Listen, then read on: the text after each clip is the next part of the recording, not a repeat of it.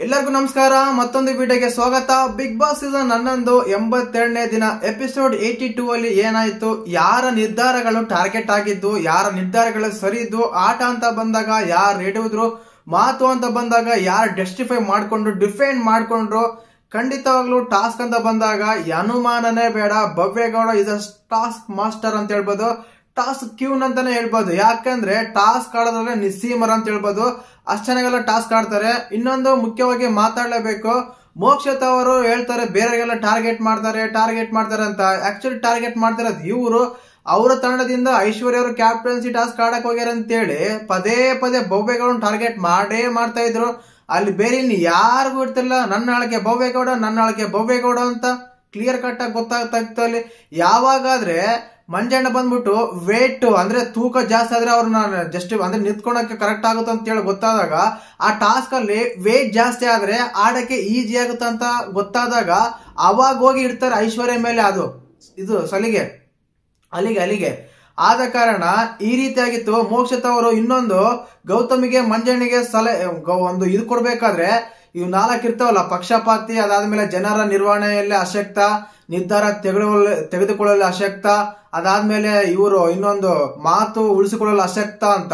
ಇದ್ರಲ್ಲಿ ಬಂದಾಗ ನೀವೇ ಹೇಳ್ತೀರಾ ನನ್ ಗ್ರೂಪಿಸಮ್ ಬೇಡ, ಯಾರ ಅವಶ್ಯಕತೆನೇ ಇಲ್ಲ, ಆಗಿಲ್ಲ ಹೀಗಿಲ್ಲ ಅಂತೇಳಿ ಮತ್ತೆ ಹೋಗಿ ಬ್ಲೇಮ್ ಮಾಡ್ತೀರಾ ಗೌತಮಿ ಅವ್ರನ್ನ. ನೀ ನನಗೆ ಫ್ರೆಂಡ್ಶಿಪ್ ಕೊಡ್ಲಿಲ್ಲ, ಫ್ರೆಂಡ್ಶಿಪ್ ಉಳಿಸ್ಕೊಂಡಿಲ್ಲ ಅಂತ ಹೇಳಿದ್ದು ನೀವೇ ತಾನೆ, ಫ್ರೆಂಡ್ಶಿಪ್ ಬೇಡ ಅಂತ. ಮತ್ತೆ ಇವಾಗ ಯಾಕೆ ಆ ಮಾತು ಬಂತು? ಎಲ್ಲಿನೂ ನಿಮ್ ಬಗ್ಗೆ ಗೌತಮಿ ಹೇಳಿರುವ ಹಾಗೆ ನಿಮ್ ಬಗ್ಗೆ ಎಲ್ಲಿನೂ 1% ಕೂಡ ಕೆಟ್ಟದಾಗ ಮಾತಾಡಿಲ್ಲ ಗೌತಮಿ ಅವರು. 100% ಹೇಳ್ಬೋದು. ನೀವೇ ಇನ್ನು ಹಲವಾರು ಬಾರಿ ಗೌತಮಿ ಬಗ್ಗೆ ಆಗ್ಲಿ, ಮಂಜಣ್ಣ ಬಗ್ಗೆ ಆಗ್ಲಿ ಬೇರೆ ಹತ್ರ ಮಾತಾಡಿದ್ರ, ಬ್ಲೇಮ್ ಮಾಡಿದ್ರೆ ಗೌತಮಿ ಬಗ್ಗೆ. ಯಾಕಂದ್ರೆ ಮೋಕ್ಷಿ ಸುಮ್ಕಿರು ಅಂತ ಹೇಳಿ ನಾನು ಸ್ಟಾಪ್ ಮಾಡ್ತಾರೆ, ನಾನು ಮಾತಾಡಕ್ಕೆ ಬಿಡಲ್ಲ ಗೌತಮಿ ಅಂತೇಳಿ. ಬಟ್ ಆ ತರ ಗೌತಮಿ ಅವರು ನಿಮ್ ಬಗ್ಗೆ ಎಲ್ಲಿನೂ ಮಾತಾಡಿಲ್ಲ. ಕ್ಲಿಯರ್ ಕಟ್ ಆಗಿ ಗೊತ್ತಾಗುತ್ತೆ. ಏನೋ ಕಾರಣ ಕೊಡ್ಬೇಕಂತೇಳಿ ಈ ರೀತಿ ಕಾರಣ ಕೊಟ್ಟಾಗ ಕ್ಲಿಯರ್ ಕಟ್ ಆಗಿ ಗೊತ್ತಾಗ್ತಾ ಇದೆ ಅಲ್ಲಿ ಟಾರ್ಗೆಟ್ ಆಗುತ್ತಂತ. ನೀವು ಐಶ್ವರ್ಯನ ಕ್ಯಾಪ್ಟನ್ ಮಾಡಕ್ಕೆ ಹಲವಾರು ಪ್ರಯತ್ನ ಪಟ್ರೆ, ಬಟ್ ಅದು ಫಲಿಸಿಲ್ಲ ಅಂತ ಇವತ್ತು ಗೊತ್ತಾಯ್ತು. ಕ್ಯಾಪ್ಟನ್ ಆಗಿರೋದು ಭವ್ಯಗೌಡನೇ. ಆಕ್ಚುಲಿ ಈ ಎಪಿಸೋಡ್ ಅಲ್ಲಿ ಏನಾಗುತ್ತಂದ್ರೆ 4 ಇತ್ತಲ್ಲ, ಇನ್ನು ಅದಾದ್ಮೇಲೆ ಮುಖ್ಯವಾಗಿ ಮಾತಾಡ್ಲೇಬೇಕು ಟಾಸ್ಕ್ ಬಗ್ಗೆ, ಅದಾದ್ಮೇಲೆ ಬರೋಣ. ಈಗ ಒಂದು ಪಕ್ಷಪಾತ ಅಂತ, ಇನ್ನೊಂದು ಬಂದ್ಬಿಟ್ಟು ಜನರ ನಿರ್ವಹಣೆಯಲ್ಲಿ ಇದು ಏನೋ ಅಸಕ್ತ, ನಿರ್ಧಾರ ತೆಗೆದುಕೊಳ್ಳಲು ಅಸಕ್ತ, ಅದಾದ್ಮೇಲೆ ಮಾತು ಉಳಿಸಿಕೊಳ್ಳಲು ಅಸಕ್ತ ಅಂತ ಬಂದಾಗ ಅಲ್ಲಿ ಕೇವಲ ಐಶ್ವರ್ಯ ಇದ್ದಾರ ಅಂತೇಳಿ ನೀವೆಲ್ಲರೂ ಕೊಟ್ಕೊಂತ ಬಂದ್ರಿ. ಮೊದಲೇದ ಪಕ್ಷಪಾತಿ ಚೈತ್ರ ಕೊಟ್ರಿ, ಎಲ್ಲರೂ ಅದನ್ನೇ ಕೊಟ್ರು. 4 ಜನ ಇದ್ರಿ ನೀವು, ರಜತ್, ತ್ರಿವಿಕ್ರಮ, ಮೋಕ್ಷಿತ, ಹನುಮಂತು, 4 ಜನ ಅವ್ರಿಗೆ ಕೊಟ್ರಿ. ಇನ್ನು ಅದಾದ್ಮೇಲೆ ಇವ್ರು ಟೀಮ್ ಕ್ಯಾಪ್ಟನ್ ಆಗ್ಬೇಕಂತೇಳಿ ಕ್ಲಿಯರ್ ಕಟ್ ಆಗಿ ಗೊತ್ತಾಗುತ್ತೆ. ಪ್ರದೇಪಲ ಜನ ನಿರ್ವಹಣೆಯಲ್ಲಿ ನಮಗೆ ಇವ್ರು ಕೊಟ್ರಿ, ಭವ್ಯಗೌಡ ಕೊಟ್ರಿ. ನಿರ್ಧಾರ ತೆಗೆದುಕೊಳ್ಳಲು ಅಶಕ್ತ ಅಂತ ಹೇಳಿದಾಗ ಅವ್ರಿಗೂ ಭವ್ಯಗೌಡ ಕೊಟ್ರಿ. ಅದಾದ್ಮೇಲೆ ಮಾತು ತಪ್ಪುದಲ್ಲ ಅಂದಾಗ ಗೌತಮಿ ಕೊಟ್ರಿ. ಒಟ್ಟು ಐಶ್ವರ್ಯ ಮಾತ್ರ ಕೊಡಲ್ಲ, ನಾನು ಎಲ್ಲರಿಗೂ ಕೊಡ್ತೀನಿ ಅನ್ನೋ ರೀತಿಯಲ್ಲಿ ಇತ್ತು ನಿಮ್ಮ ವಾದ.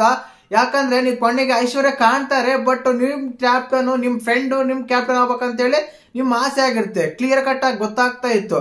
ಈ ನಿವಾರಣೆಯಲ್ಲಿ ಟಾರ್ಗೆಟ್ ಮಾಡಿದ್ರು ಮಂಜಣ್ಣ, ರಜತ್ ಅವರು. ಯಾಕಂದ್ರೆ ಪ್ರತಿ ವಿಷಯದಲ್ಲಿ ಹೇಳ್ತಾ ಇದ್ರು ಒಂದಂತೂ ಸತ್ಯ, ಮೊದಲೇ ಸಲ ಡಿಬೇಟ್ ಅಂತ ವಾದ ಪ್ರತಿವಾದ ಅಂತ ಬಂದಾಗ ರಜತ್ ಅವರು ಸೋತರು ಅನ್ಸಿದ್ರು. ಯಾಕಂದ್ರೆ ಮಂಜಣ್ಣ ಮಾಡ್ತಾರೆ ಕರೆಕ್ಟ್, ನಾನು ಆಟ ಆಡಿದಾಗ, ನಾನು ಗ್ರೇಯ ಉಡ್ದಾಗ, ಒಂದು ಇದಾಡ್ದಾಗ, ಟಾಸ್ಕ್ ಆಡಿದಾಗ ನನ್ನಿಂದೇನೆ ಆಗಿದ್ದು ಅಂತ ಅವ್ರು ಮಾಡಿರ್ತಾರೆ, ನನ್ನಿಂದ ಆಗಿದೆ ಅಂತ ಹೇಳ್ಕೊಂಡಿದ್ದಾರೆ. ನೀವೇ ಹೇಳ್ತಾರೆ ಇಂಡಿವಿಜುವಲ್ ಗೇಮ್ ಮಾಡಿ ಅಂತೇಳಿ. ಆ ಟೈಮಲ್ಲಿ ಅವರು ಆ ರೀತಿ ಹೇಳ್ಕೊಳ್ಳೋ ತಪ್ಪೇ ಇಲ್ಲ.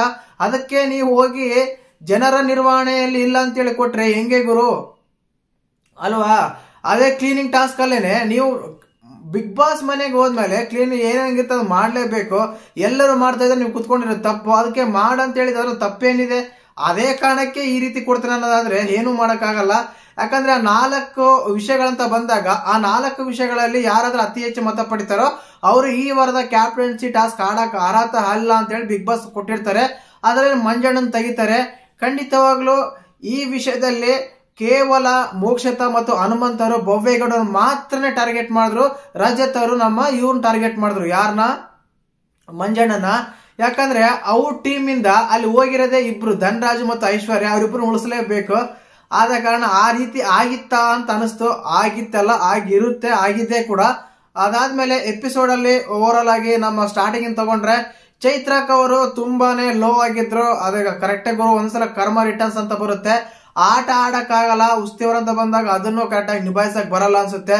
ತುಂಬಾ ಓವರ್ ಆಗಿ ಕಾಣ್ತಾ ಇದ್ರು. ಹೋಗಿ ಬಾತ್ರೂಮ್ ಅಲ್ಲಿ 1-2 ತಾಸು ಅಳ್ಕಂತ ಕುತ್ಕೊಂತಿದ್ರು, ಅಲ್ಲೇ ಒಬ್ಬರೇ ಮಾತಾಡ್ತಾ ಇದ್ರು.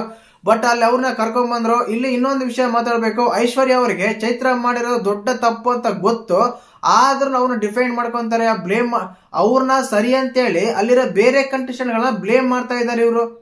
ಇದೆಷ್ಟು ಸರಿ? ಅಲ್ಲಿ ಅವ್ರ ತಂಡಕ್ಕೆ ಕ್ಲಿಯರ್ ಕಟ್ ಆಗಿ ಗೊತ್ತಾಗ್ತಾ ಇದೆ ಆಟ ಚೆನ್ನಾಗ್ ಆಡಿಲ್ಲ, ಅಂದ್ರೆ ಉಸ್ತುವಾರಿ ಚೆನ್ನಾಗ್ ಮಾಡಿಲ್ಲ, ಆಟನೂ ಚೆನ್ನಾಗ್ ಆಡಿಲ್ಲ ಅಂತೇಳಿ. ನೀವೇ ಕರೆಕ್ಟ್, ಇರೋರೆಲ್ಲ ಕೆಟ್ಟವರು ಅನ್ನೋ ರೀತಿಯಾಗಿ ಪೋಟ್ರೆ ಮಾಡ್ತಾ ಇದ್ರು ಐಶ್ವರ್ಯ ಅವರು. ಅದ್ರ ಮುಂದೆನೆ ಇದ್ರು ನಮ್ಮ ಮೋಕ್ಷಿತಾ ಅವರು. ಅಲ್ಲಿ ಅವ್ರಿಗೆ ಹೇಳ್ಬೋದಾಗಿತ್ತು, ತಪ್ಪು ಐಶ್ವರ್ಯ, ಆ ರೀತಿ ಮಾತಾಡಬಾರ್ದು, ಇವ್ರು ಮಾಡಿದ್ದೇ ತಪ್ಪು, ಈ ರೀತಿ ಮಾಡಬಾರ್ದಾಗಿತ್ತು ಅಂತ ಕ್ಲಿಯರ್ ಕಟ್ ಆಗಿ ಹೇಳ್ಬೋದಾಗಿತ್ತು. ಬಟ್ ಹೇಳಲಿಲ್ಲ ಅನ್ಸುತ್ತೆ. ಇದೇ ವಿಷಯದಲ್ಲೇನೆ ಮೋಕ್ಷಿತಾ ಅವ್ರು ಸಿಗಾಕೊಂತಾರೆ.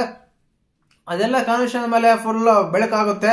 ಅದಾದ್ಮೇಲೆ ಫಂಡ್ ಆಗ್ತಾ ಇರುತ್ತೆ. ನಮ್ಮ ಮಂಜು ಅವ್ರು ಸುಮ್ನಿರ ಅಲ್ತಾನೆ, ವಿಲನ್ ಲುಕ್ ಅಲ್ಲಿ ಕೊಡ್ತಾ ಇದ್ದಾರೆ, ಡೈಲಾಗ್ ಅಲ್ಲಿ ಹೇಳ್ಸ್ಕೊಡ್ತಾರೆ, ಕಾಮನ್ ಆಗಿರುತ್ತೆ.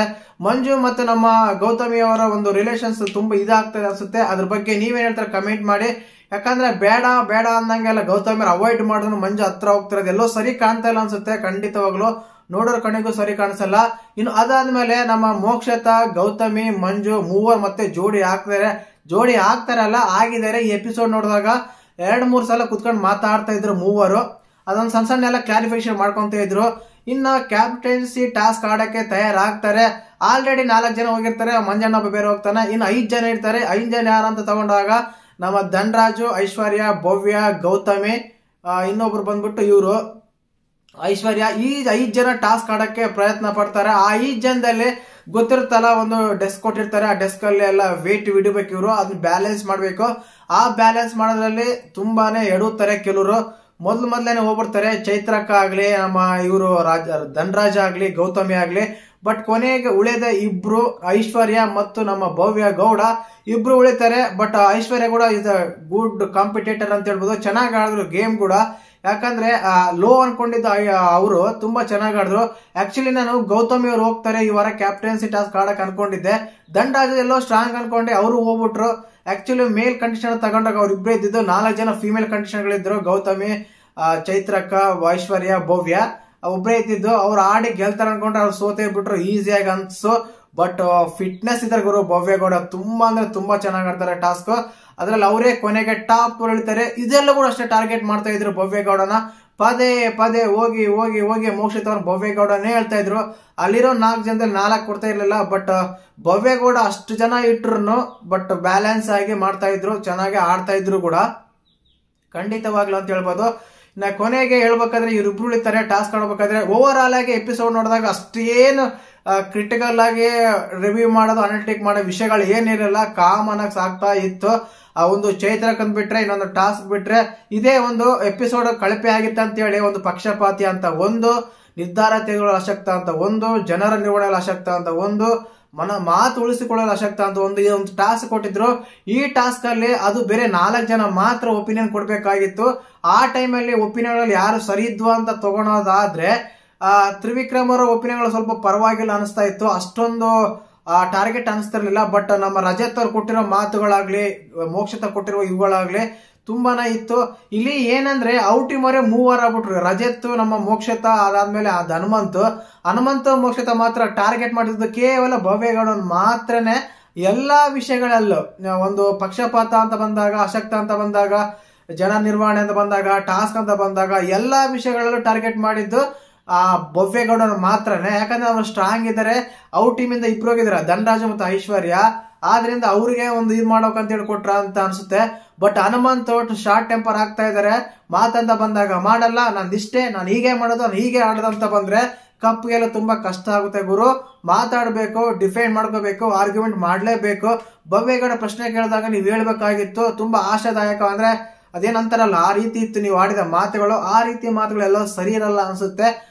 ಓವರ್ ಆಲ್ ಆಗಿ ಹನುಮಂತ ಅವರ ಆಟ ಬದಲಾವಣೆ ಆಗಿದೆ. ಅದು ಒಳ್ಳೇದಂತೂ ಅಲ್ಲ, ಕೆಟ್ಟದ ಅನಿಸ್ತಾ ಇದೆ ನನಗೆ. ಆಟ ಇನ್ನೂ ಚೆನ್ನಾಗಿ ಆಡಬೇಕು. ಜನರ ಪ್ರೀತಿ ಇದೆ, ಬಟ್ ಜನರ ಪ್ರೀತಿ ಒಂದು ಇದ್ದೇ ಅಲ್ಲ, ಅದೆಲ್ಲೋ ಕಡಿಮೆ ಆಗ್ಬಾರ್ದು. ಆ ಸೆಲೆಬ್ರಿಟಿಗಳ ಮಧ್ಯೆ ನಿಮ್ಮ ಹೆಸರು ಹೈಲೈಟ್ ಆಗ್ಬೇಕಂತ ನಮ್ಮ ಆಸೆ.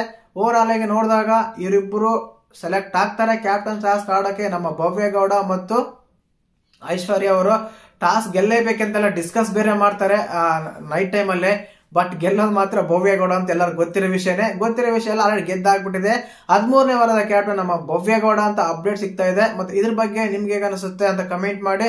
ನಿಮ್ಗೆ ಟೋಟಲ್ ಆಗಿ ಎಪಿಸೋಡ್ ನೋಡಿದಾಗ ಯಾರು ಸರಿ ಯಾರು ತಪ್ಪು, ಯಾರ ವ್ಯಕ್ತಿತ್ವ ಕಳ್ಕೊಂಡ್ರು, ಯಾರ ವ್ಯಕ್ತಿತ್ವ ಉಳಿಸ್ಕೊಂಡ್ರು, ಮಾತು ಕೊಟ್ಟರು ಯಾರು ಉಳಿಸ್ಕೊಂಡ್ರು ಅಂತೆಲ್ಲ ಕಮೆಂಟ್ ಮಾಡಿ.